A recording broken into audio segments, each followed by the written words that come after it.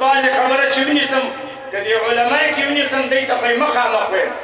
که عوامو کې ونیسم د جمعې په ورځ یم ښه په سخته ورته ویم مخامخ یې ورته ویم یو وفت راغلی دی دا علما پې خبر دی خو دی نه وایي وایي به یې ورته خو داسې ورته نه وایي شیخ صاحب یو لوی افت راغلی دی عوامو د فرض لمونځ نه وروسته سنت بلکل ترک کړ تاسو د جمعې په ورځ باندې وګورئ چې تاسو جمع وکړئ چې ستاسو په جومات کې څومره خلک سنتو ته پاتې کېږي څومره خلک په کور کې سنت کوي په پروردګار یقین وکړئ چې د دغه ځای نه لاړ شي چې دی بیا سنت ته کوي ما پخپله لیدلي دي محفلونو ته ځم پروګرامونو ته ځم چې سنت پرېږدي سنت ترک کړي او جناب رسول الله صلی الله علیه وسلم فرمایي د ابن ماجه حدیث دی جناب رسول الله صلی الله علیه وسلم فرمایي وای په شب و روز کې 12 رکعات سنن دي سنت منځ دی په شپه ورځ کې وزیر استاد 12 رکعات سنت دي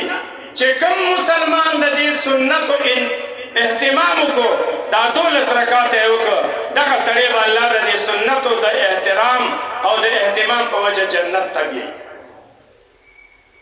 2 رکعات د سحر د لمونځ نه مخکې سنت دي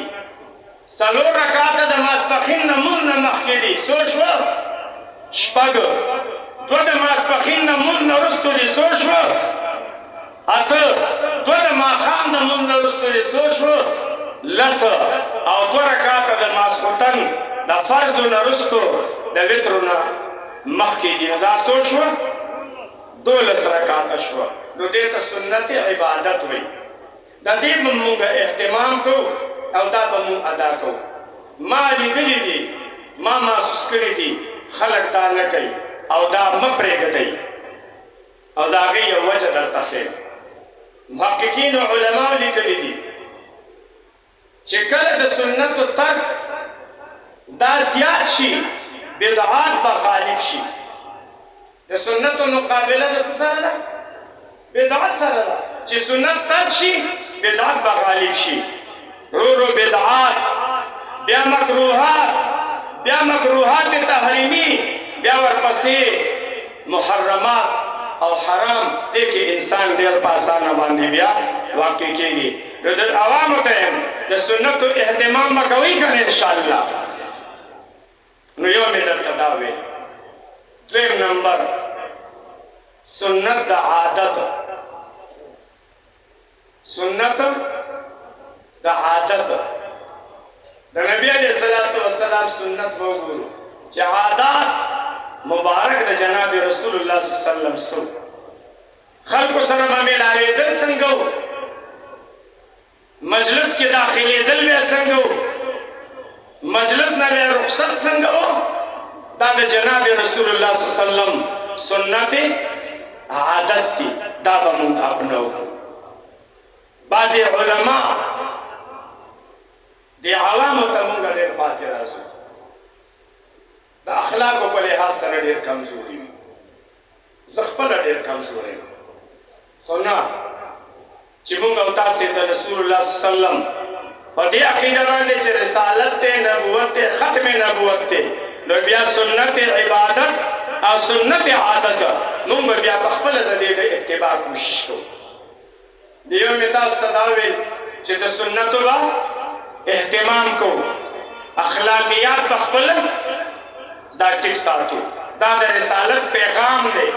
او حضور فرمایي انما بعثت لاتمم مکارم الاخلاق